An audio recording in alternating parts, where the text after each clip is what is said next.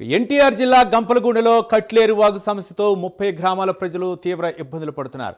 వర్షాకాలంలో కట్లేరు పొంగటం వల్ల 40 కిలోమీటర్లు తిరిగి వెళ్లాల్సి వస్తుందని గ్రామస్తులు ఆవేదన వ్యక్తం చేస్తున్నారు. గతంలో కట్లేరుపై బ్రిడ్జి నిర్మిస్తామని ఎమ్మెల్యే కొలికిపూడి శ్రీనివాసరావు హామీ ఇచ్చారని, ఇంతవరకు నిర్మించలేదని ఆగ్రహం వ్యక్తం చేస్తున్నారు. ఇప్పటికైనా అధికారులు స్పందించి బ్రిడ్జిని నిర్మించాలని గ్రామస్తులు వేడుకుంటున్నారు.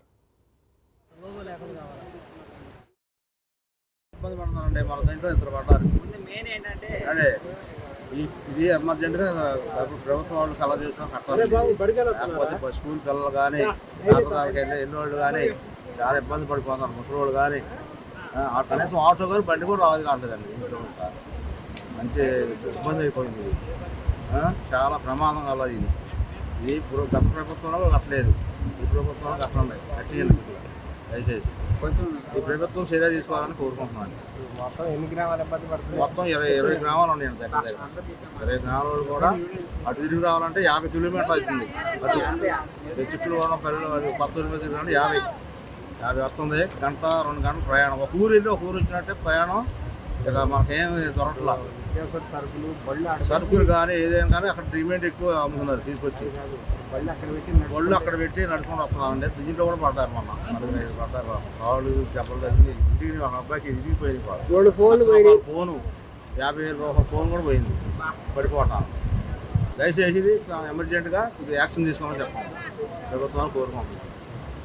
2018లో కురిసినటువంటి అకాల వర్షాలకే ఈ కట్లేరు బ్రిడ్జి అనేది వంతెన అనేది పూర్తిగా ధ్వంసమై నేటికి 8 సంవత్సరాలు గడుస్తున్నప్పుడు కూడా ఇప్పటివరకు కూడా ఈ బ్రిడ్జి నిర్మాణం అనేది జరగలేదు.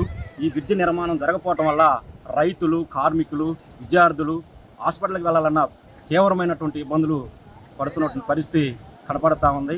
సిపిఎం పార్టీ ఆధ్వర్యంలో గతంలో మేము వైఎస్ జగన్మోహన్ రెడ్డి గారు ఉన్నప్పుడు స్వయానా మా రాష్ట్ర కార్యదర్శి గారు స్వయంగా ముఖ్యమంత్రి గారికి లెటర్ ఇవ్వడం జరిగింది. అప్పుడు వచ్చినటువంటి ముఖ్యమంత్రి గారు 26 కోట్లు కేటాయిస్తూ ఉన్నారు తప్ప డబ్బులు అనేది కేటాయించలేదు.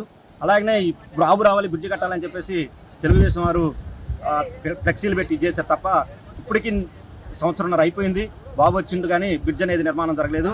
నేటికి ప్రజలు తీవ్రమైనటువంటి ఇబ్బందులు ఎదుర్కొంటున్నారు తప్ప ఇప్పటికి కూడా ఈ బ్రిడ్జి నిర్మాణం అనేది జరగకపోవటం అనేది చాలా దారుణమైనటువంటి పరిస్థితి. రానున్నటువంటి రోజుల్లో ప్రజలను సమీకరించి ఈ బ్రిడ్జి నిర్మాణం చేపట్టేదానికోసం సిపిఎం పార్టీ ఆధ్వర్యంలో పెద్ద ఎత్తున పోరాటం అనేది జరుగుతూ ఉంది. రేపు 27వ తారీఖున చలో ఆర్డీఓ కార్యాలయం దగ్గర ధర్నా కార్యక్రమం జరుగుతూ ఉంది. దీంట్లో ప్రజలందరూ పాల్గొని ఈ ధర్నా కార్యక్రమాన్ని జయప్రదం చేయవలసిందిగా కూడా విజ్ఞప్తి చేస్తా ఉన్నాం. 2018లో కురిసినటువంటి అకాల వర్షాలకే ఈ కట్లేరు బ్రిడ్జి అనేది వంతెన అనేది పూర్తిగా ధ్వంసమై నేటికి 8 సంవత్సరాలు